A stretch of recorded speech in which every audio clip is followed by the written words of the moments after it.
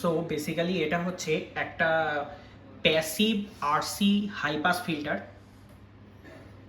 এই সার্কিটটা আপনারা দেখতে পাচ্ছেন, passive RC passive RC circuit দিয়ে হাই পাস ফিল্টার কনস্ট্রাক্ট করা হয়েছে।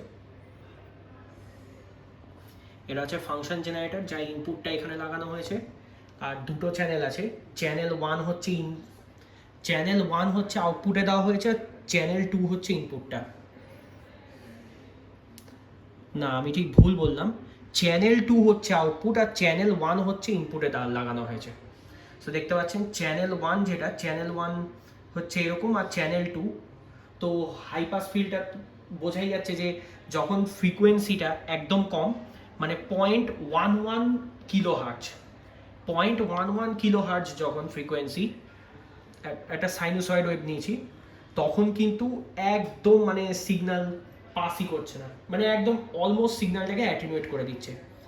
এবার আমরা দেখব যে যখন বাড়াবো তখন কি চেঞ্জেসটা হচ্ছে।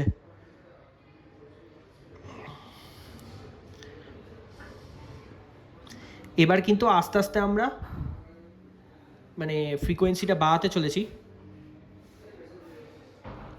চেঞ্জটা কিন্তু পুরো খুব ভালোভাবে বোঝা যাচ্ছে যে যত ফ্রিকোয়েন্সি বাড়ছে টাইম পিরিয়ড কিন্তু কমে যাচ্ছে। কিন্তু আরেকটা জিনিস খুব স্পষ্ট দেখা যাচ্ছে যে যত টাইম পিরিয়ড বাড়ছে, আউটপুট মানে চ্যানেল টু এর যে আউটপুটটা যেটা নিচে, তার ফ্রিকোয়েন্সিটা কিন্তু আস্তে আস্তে আস্তে আস্তে কিন্তু ম্যাগনিটিউড অ্যাম্পলিটিউডটা কিন্তু আস্তে আস্তে আস্তে আস্তে কিন্তু বাড়ছে। যত ফ্রিকোয়েন্সি বাড়ছে তত কিন্তু অ্যাম্পলিটিউডটা বাড়ছে আউটপুটে।